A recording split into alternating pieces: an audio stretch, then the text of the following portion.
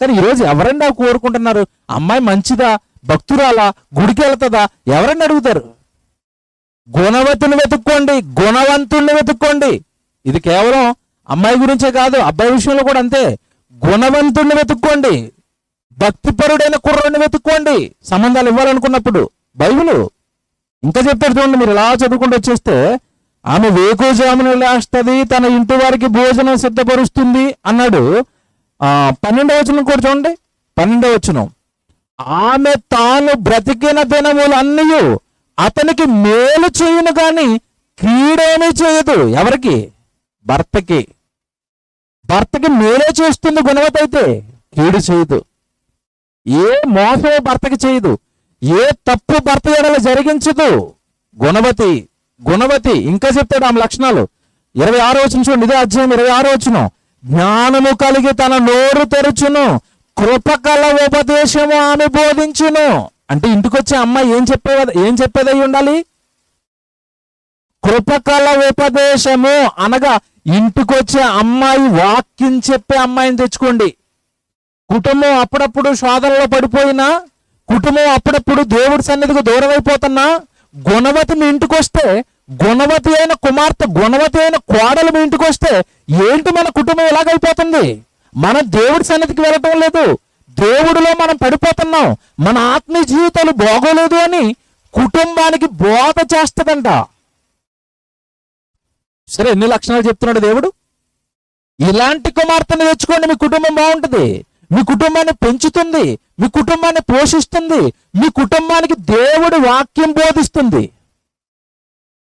సరే, అంటే అమ్మాయిని ఎత్తుకునేటప్పుడు ఏం అడగాలి? ఫస్ట్ క్వాలిఫికేషన్, అమ్మాయికి బైబిల్ వచ్చా, బైబిల్ చదువుతుందా, బైబిల్ గురించి ఎవరితోనైనా మాట్లాడగలుగుతుందా, ఎప్పుడైనా నా కొడుకు కానీ మేం కానీ భక్తిలో పడిపోతే మా కుటుంబానికి వాక్యం చెప్పగలిగినంత శక్తివంతురాలా. సరే, ఏమన్నా ఇంకో మాట చూడండి, అక్కడే 31వ అధ్యాయంలోనే 26వ వచనం చదివారు కదా. జ్ఞానము కలిగి తన నోరు తెరుచును, కృపకల ఉపదేశం ఆమె బోధించును, ఆమె తన ఇంటి వారి నడతలను బాగుగా కనిపెట్టును. 30వ వచనంలో ఒకటి తేల్చేశారు చివరికి. 30వ వచనంలో, అందము మోసకరము, సౌందర్యము వ్యర్థము, యెహోవా యందు భయభక్తి కలిగిన స్త్రీ కొనియాడబడును. చూసారా, అందము మోసం, సౌందర్యం వ్యర్థం. మరి అమ్మాయిలో మీరు వెతుక్కోవాల్సిందేంటి? గుణం. ఏమంటే క్రైస్తవులు అయితే నేను ఒక జీవితాన్ని మీకు పరిచయం చేస్తాను, ఇట్టే మీకు అర్థమైపోద్ది. యాకోబు గారు అందరికీ తెలుసు కదండి, బైబిల్లో యాకోబు గారు తెలుసు కదా. యాకోబు గారికి 2 వివాహాలు అయ్యాయి. 2 వివాహాలు ఏంటి? రాహేలుని ప్రేమించాడు, మామ మోసం చేసి లేయాను వివాహం చేశాడు. జాగ్రత్తగా వినండి.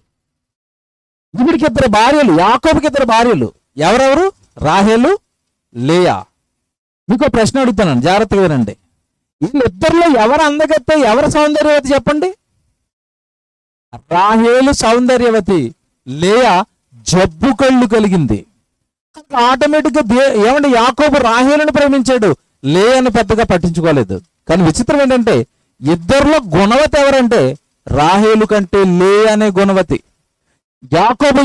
యాకోబుకి ఎక్కువ మంది పిల్లల్ని కన్నది లేయానే, 9 మంది పిల్లల్ని కన్నది. తన కుటుంబాన్ని కట్టింది, తన కుటుంబానికి సంతానం ప్రాప్తి కలగడానికి కారకురాలైంది లేయా. కానీ లేయా గురించి బైబిల్లో ఏమని ఉంటదంటే జబ్బు కండ్లు కలిగినది అని ఉంటది. అందుకే అక్క కంటే చెల్లిని ప్రేమించాడు యాకోబు. రాహేలుతోనండి తన జీవితం అంతా విసిగిపోయిందండి. మీరు బైబిల్ చదవండి, బైబిల్ మీరు చదువుతున్నప్పుడు అందం చూసుకున్నాడు, సౌందర్యం చూసుకున్నాడు రాహేలులో.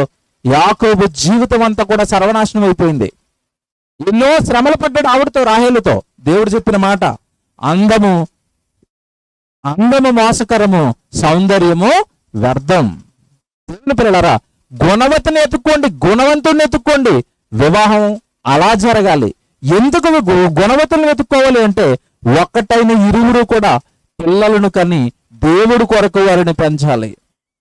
అంటే దేవుడు కొరకు పిల్లల్ని కనడానికి వివాహాలు జరుగుతున్నాయా? అవును. తిమోతికి రాసిన మొదటి పత్రిక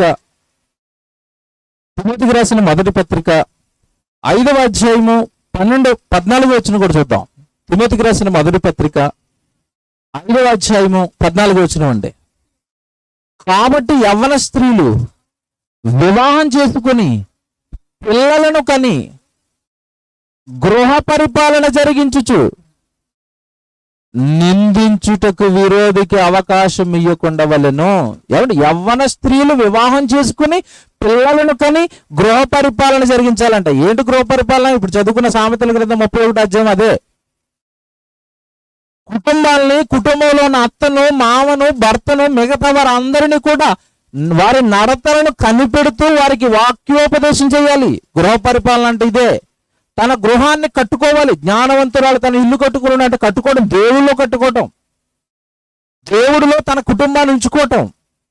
కాబట్టి యవ్వన స్త్రీలు వివాహం చేసుకుని పిల్లలను కానీ గృహ పరిపాలన, గృహాన్ని దేవుడిలో ఉంచాలి. గృహంలో దేవుడు ప్రార్థనలు జరిగించాలి. గృహంలో ఆవిడ కన్నా తన పిల్లలకి దేవుడి గురించి చెబుతూ ఉండాలి. ఇదే వివాహం. ఇందుక కుటుంబం అవుతున్నది. ఇందుక స్త్రీ పురుషులిద్దరూ ఒకటవుతున్నది. కుటుంబంలో దేవుడి మాటలు ఉండాలి.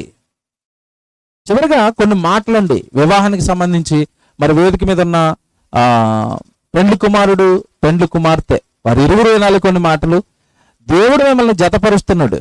జతపరుస్తూ దేవుడు వివాహం అవబోతున్న భార్యకు, భర్తకి ఒక ఆజ్ఞగా కొన్ని మాటలు రాశాడు.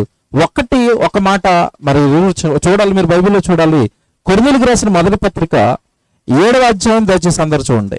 కొరింథీయులకు రాసిన మొదటి పత్రిక 7వ అధ్యాయము 2-3 వచనాలు బైబిల్లో దేవుడు ఏమంటున్నాడు చూడండి. కొరింథీయులకు రాసిన మొదటి పత్రిక 7వ అధ్యాయము 2-3 వచనాలు జాగ్రత్తగా వినండి. సమాజం ఎందుకు పాడైందో దేవుడికి తెలుసు.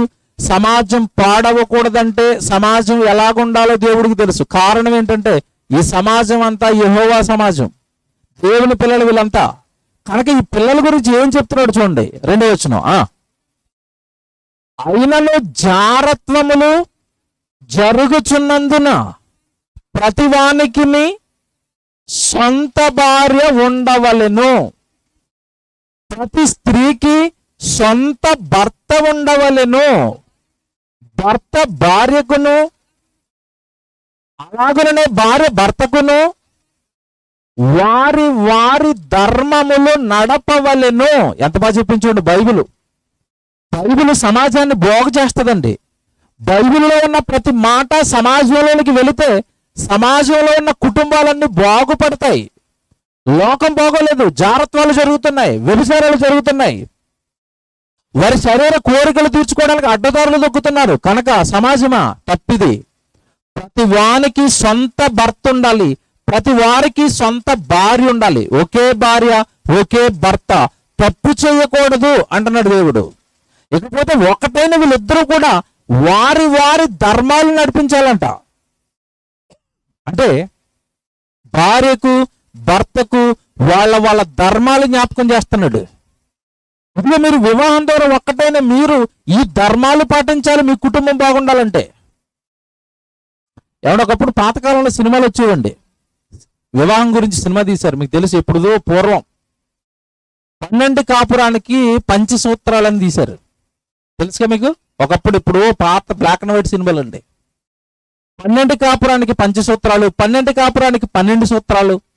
అంటే అర్థం ఏంటంటే ఈ కుటుంబం క్షేమంగా ఉండాలంటే కొన్ని సూత్రాలు పాటించాలి అని సమాజం నిన్నగాక మొన్న చెబితే అది సినిమాల ద్వారానో లేదంటే సమాజంలో మంచిగా గొప్ప గొప్ప వ్యక్తులుగా ఉన్న వాళ్ళతోనో ఇప్పుడు చెప్పిస్తే దేవుడు ఎప్పుడో చెప్తున్నాడు. 2000 సంవత్సరాల క్రితం చెప్తున్నాడు భార్య భర్తల గురించి. మీరు మీ ధర్మాలు పాటించాలి మీ కుటుంబం బాగుండాలంటే. ఏంటంటే ధర్మాలు? ఎఫెసీయులకు రాసిన పత్రిక 5వ అధ్యాయము 22వ వచనంలో భార్య యొక్క ధర్మం ఏంటో చెప్తున్నాడు. భార్య భర్త ఎడలు ఎలాగుండాలో చెప్తాడు. భార్య ఎలా ఉంటే వాళ్ళ కాపురం బాగుంటుందో చెప్తున్నాడు. భార్య ఎలా ఉంటే వాళ్ళ గర్భాన్ని నుంచి వచ్చిన పిల్లలు బాగుంటారో చెప్తున్నాడు. 22వ వచనం అండి, ఎఫెసీయులకు రాసిన పత్రిక 5వ అధ్యాయము 22వ వచనం. స్త్రీలరా ప్రభువునకు వలె మీ సొంత పురుషులకు లోబడి ఉండండి. ఏమంటున్నాడు? ప్రభువునకు వలె మీ సొంత పురుషులకు మీరు ఏం చేయాలి? లోబడి ఉండండి. లోబడి ఉండండి. ప్రభువుకు లోబడతాం కానీ మేము భర్తకు లోబడం. చాలా మంది స్త్రీల్లో ఉన్న ప్రాబ్లం ఇదే. దేవుడి మాట వింటాం, భర్త మాట వినాం. అంతేనా? దేవుడికి ప్రార్థన చేస్తున్నప్పుడు భక్తిగా భయంగా ఉంటాం, భర్తను మాత్రం నువ్వెవరంటాం. తప్పండి. బైబిల్ అంటుంది ప్రభువునకు వలె, అక్కడ అలాగే ఉంచండి బైబిల్లో, ప్రభువునకు వలె మీ సొంత పురుషులకు మీరేం చేయాలి? అందరు పురుషులకు లోబడమని బైబిల్ ఏం చెప్పలేదు అక్కడ. ఎవరికి లోబడాలి? నీ సొంత పురుషుడు, నీ భర్త ఉన్నాడు కదా, భర్తకు నువ్వేమవ్వాలి? లోబడు. ఆయన చెప్పింది విను, ఆయనను గౌరవించు, ఆయనను ప్రేమించు. భర్తను గౌరవిస్తారా? ఏమంటే ఒకప్పుడు పిలుపు ఎలాగుంటే చెప్పండి, భర్తను ఏమని పిలిచేవారు? ఏమండి, అందరూ ఉన్న అదే పిలుపు, ఇంట్లో ఉన్నా కూడా అదే పిలుపు. ఈరోజు భర్తలను ఏమని పిలుస్తున్నారు చెప్పండి? సొంత కొడుకుని పిలిచినట్టుగా పేరెట్టి పిలవటం. రవి ఇట్రా అంటుంది ఒక ఆవిడ. రవి. శారమ్మ మనకు బైబిల్లో కనపడుతుంది. శారమ్మ అబ్రహం గారి భార్య. ఏమని పిలిచిందని బైబిల్లో రాయబడింది? యజమానుడా అని పిలిచిందంట. ఎంత బాగుందండి! భర్త యజమానుడా? అవునండి. కుటుంబాన్ని పెంచుతున్నాడు, కుటుంబాన్ని పోషిస్తున్నాడు. ఉదయం వెళితే బయటికి సాయంత్రం వరకు తన రెక్కల కష్టం చెమట కార్చి కుటుంబాన్ని పెంచడానికి తన రెక్కలను మొక్కలు చేసుకుని ఇంటికి వస్తున్నాడు. మరి కుటుంబానికి భర్త ఏమవుతాడు? యజమానుడు. అది గమనించింది శారమ్మ. అబ్రహాం ఏమని పిలిచిందంట? యజమానుడా, యజమానుడా, యువర్ మై బాస్ అంటుంది. ఈరోజు భార్యలు పేర్లు పెట్టి పిలిచేవాళ్ళు ఇంకా మరీ దారుణంగా భయంకరమైన పిలుపులు, మేము మా నోటితో కూడా చెప్పలేని పిలుపులు పిలుస్తున్నారు ఈరోజు. దేవుడు అంటే కాపురం బాగుండాలంటే భార్య నువ్వు భర్తకు లోబడమ్మా అన్నాడు. బాగుంది. ఇది విన్న వెంటనే పురుషులకి ఎలా ఉంటుందంటే మా కింద ఉండమన్నాడు అనమాట. అయితే మనం పర్లేదు, పైన కూర్చోవచ్చు అని ఇలా ఈగోకి వెళ్ళిపోవడానికి లేదు. మళ్ళీ భర్తలతో చెప్తాడు కిందకి వెళ్ళేసరికి 28వ వచనానికి వెళ్ళేసరికి 28వ వచనంలో, అటువలే పురుషులు కూడా తమ సొంత శరీరమును వలె తమ భార్యలను ప్రేమించాలి. భార్య భర్తకు లోబడాలి, భర్త భార్యను ప్రేమించాలి. ఎలా ప్రేమించాలంట? ఎలా ప్రేమించాలంట? సొంత శరీరాన్ని ఎలాగైతే ప్రేమించుకుంటావో అలా ప్రేమించు. శరీరంలో ఎక్కడైనా చిన్న గీత పడితే తట్టుకోలేరు, శరీరానికి ఏదైనా చిన్న బాధ వస్తే తట్టుకోలేరు, శరీరంలో ఏ అవయవం కాస్త ఇబ్బంది పెడుతున్నా తట్టుకోలేరు, వెంటనే హాస్పిటల్. నీ శరీరం మీద నీకు ఎంత శ్రద్ధ అయితే ఉంటుందో అంతే శ్రద్ధ నీ శరీరంలో సగభాగమైన నీ భార్య పట్ల కూడా ఉండాలి. బైబిల్ అండి ఎంత బాగుందండి. 12 కాపురానికి 12 సూత్రాలు, 60 సూత్రాలు, 40 సూత్రాలు అని ఈరోజు చెప్తున్నారు వీళ్ళు. ఈ మనుషులను చేసిన దేవుడు క్రీస్తుకు పూర్వం బైబిల్లో భార్య భర్తల గురించి రాశాడు. యేసుక్రీస్తుల వారి కాలంలో భార్య భర్తల బంధం గురించి ఎన్నో మాటలు రాశారు. ఎవడు ఈరోజు మీతో పంచుతున్నవి, మీతో చెబుతున్నవి నేను కొన్ని చెప్తున్నాను అన్న సమయాన్ని బట్టి. ఇలాంటివి ఎన్నో వాస్తవాలు భార్య భర్తల గురించి దేవుడు బైబిల్లో రాయించాడు. మీరు లోబడండి, అప్పుడు గొడవలు ఉండవు. ఆయన మిమ్మల్ని ప్రేమిస్తాడు, గొడవలు ఉండవు. ఒక చెప్తానండి, ఎందుకు ఈ 2 చెప్పాడో ఇది చెప్పి నేను ముగిస్తాను. లోబడుతున్న చోట అండి కాపురంలో గొడవలు ఉంటాయి. మీరు చెప్పండి, భార్య లోబడుతుంది అనుకోండి, గొడవ ఉంటుందా? ఏమంటే ప్రతి చోట ప్రతి కాపురంలో గొడవలు వచ్చేది ఇక్కడేనండి. నేను చెప్పిన మాట వినవా నువ్వు అంటాడు, ఆవిడ నేను విన్నో అంటది. గొడవ ఏమవుతుంది? పెద్దదైపోతుంది. ఈయన ఏం చెప్పినా సరే ఫోన్లేనండి సరిలేనండి అంటుంది అనుకోండి, గొడవ ఉంటుందా? ఉండదు. ఇంకోటి చెప్పినా నేను, భర్త భార్యను ప్రేమించమన్నాడు. ప్రేమిస్తే ఆవిడలో లోపాలున్నా సరే సర్దుకుపోతాడు. బైబిల్ ఒక మాట చెప్తుంది, ప్రేమ అనేక పాపములను కప్పును. ప్రేమ ఉంటే పాపాలను ఏం చేస్తుందంట? కప్పేస్తుంది.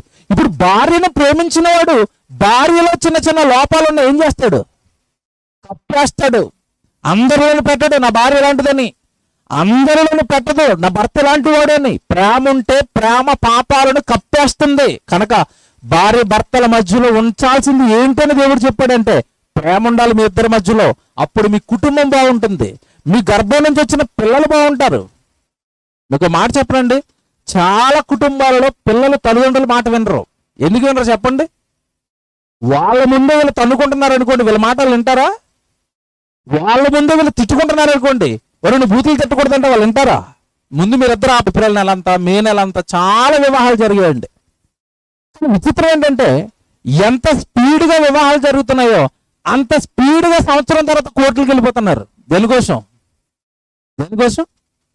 మాకు విడాకులు ఇచ్చేయండి, మేము విడిపోతాం. ఎంత స్పీడ్గా పెళ్ళికి వచ్చేసారో అంత స్పీడ్గా వెళ్ళిపోతున్నారు. ఎక్కడికి? విడాకులకి. ఈ ప్రపంచమంతా వినవలసిన మాట ఒకటి యేసుప్రభువు చెప్పాడు. దానిని మీరి ఆ గీతను దాటి అవతలికి వెళ్ళిన ప్రతి ఒక్కడు కూడా ఆజ్ఞను అతిక్రమించిన వాడే. యేసుక్రీస్తుల వారి మాటను